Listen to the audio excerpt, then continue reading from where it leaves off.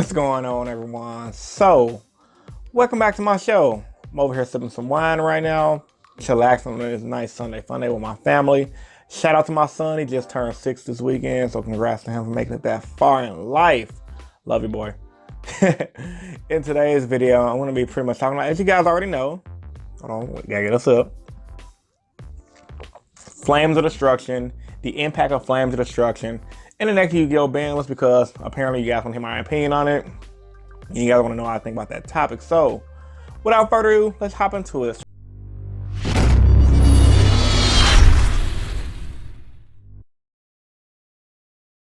Starting out by saying, if this video gets 200 likes, I will be doing a follow-up video discussing the future of the Layer of Darkness deck and the future of Dark Saviors, because you know, Layer of Darkness and Dark Saviors kind of intertwine with each other.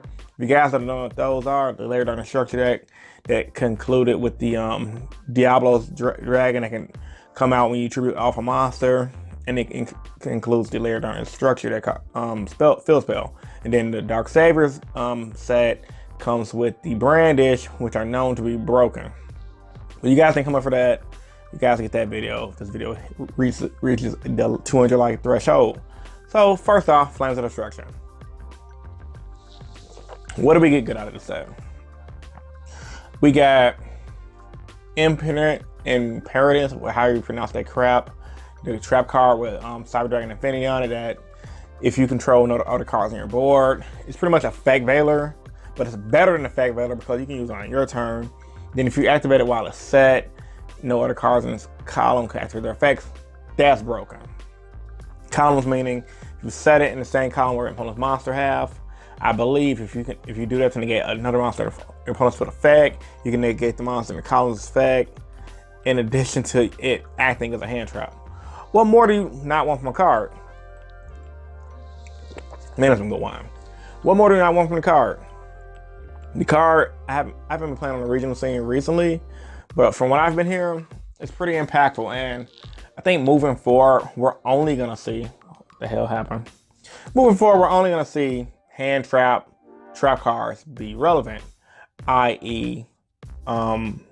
Struggling Battle, which is why Struggling Battle was one of the first of its kind.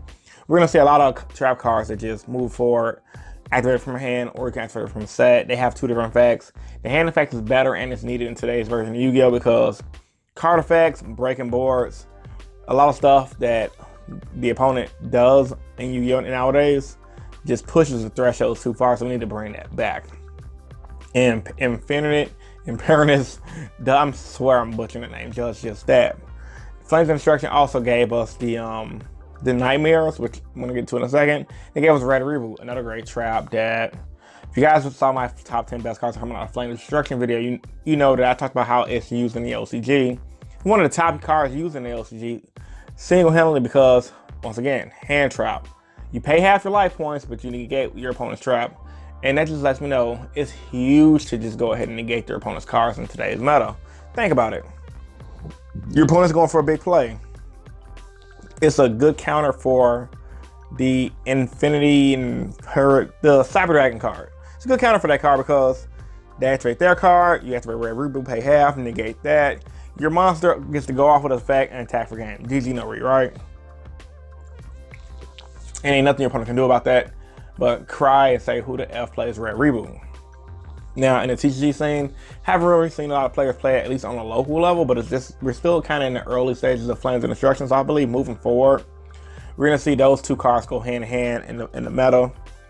And then, coming last out of Flames of Destruction that was pretty much popular is the Nightmare cards. Now, the Nightmare cards, don't ask me none of the effects, I just know they have good XYZ zones, and they're currently being abused in ABC and Spiral.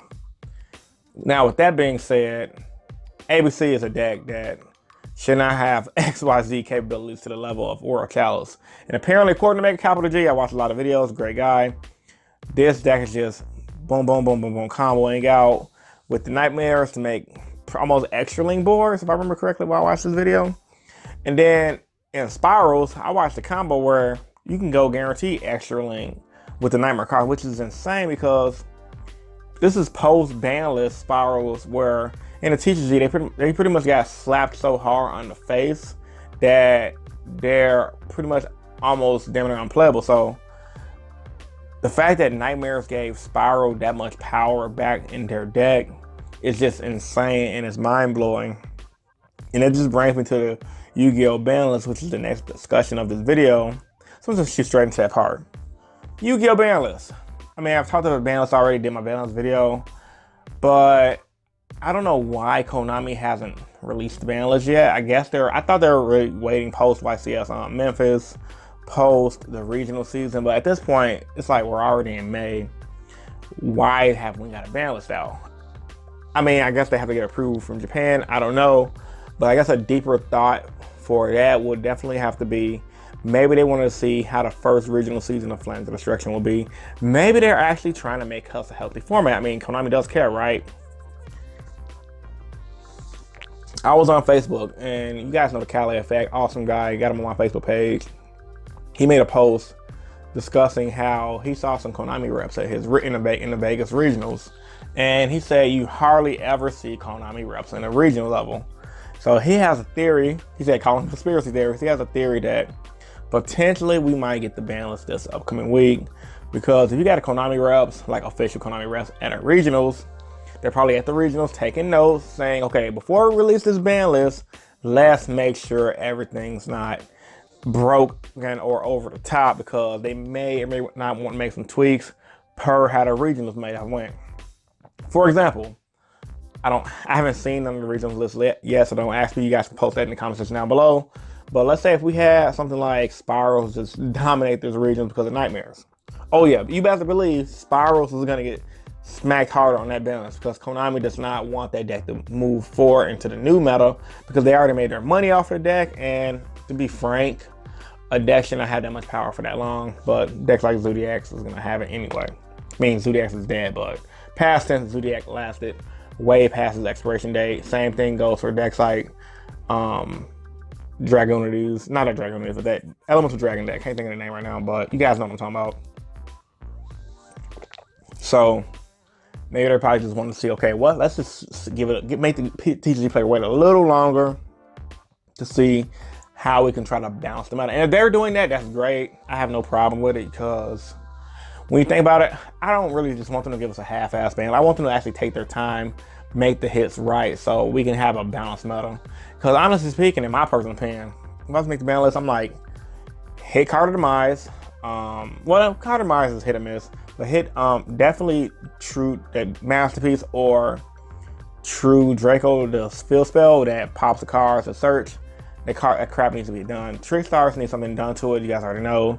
Hit Reincarnation, I'll be happy. Candina, you probably hit the one if you want to murder the deck. But moving forward, Trick Stars, I think Reincarnation is definitely the card to hit in that deck for sure. Candina and everything else just combos well, which is like, whatever. But it's just a good deck. It's not really that powerful. It's just Reincarnation just makes it so freaking dumb. But yeah, I don't want to keep on Banlist predictions too long.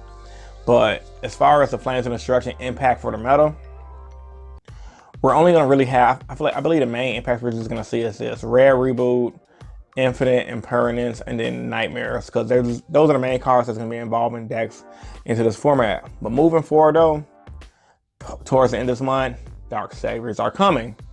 And before I get to my actual Dark Saviors discussion, I'm going to go ahead and say I want that 200 likes to the full discussion. But to sum it all up, towards the end of this video, because you guys made it this long, the Brandish Maiden is going to put in work with the Layer Darkness deck. They are already doing well in the OCG.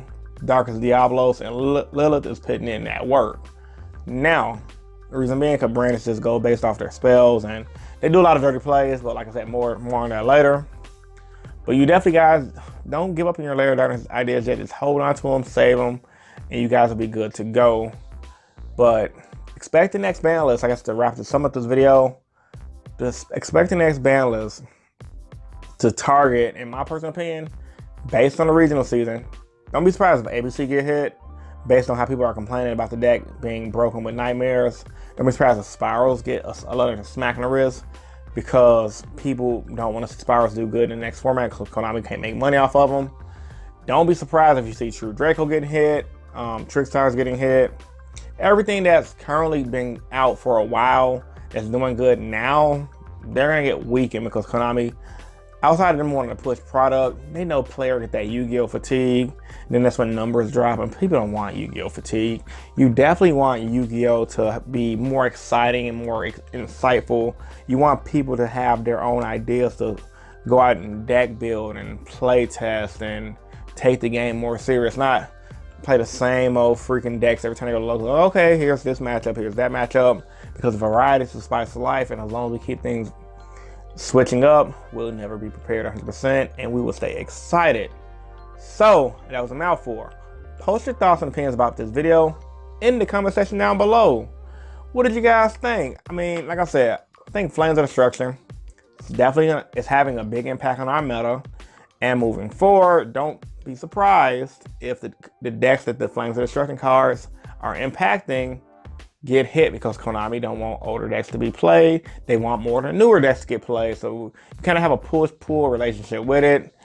And also, expect the Banlist this week because it's time for one, guys. It's really time.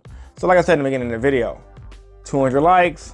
This video reaches that 200 like threshold, I'll be making a discussion tomorrow talking about the topic of Dark Saviors and the Layer Darkness structure deck and how they're going to shift out our meta.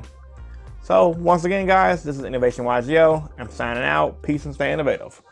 Deuces.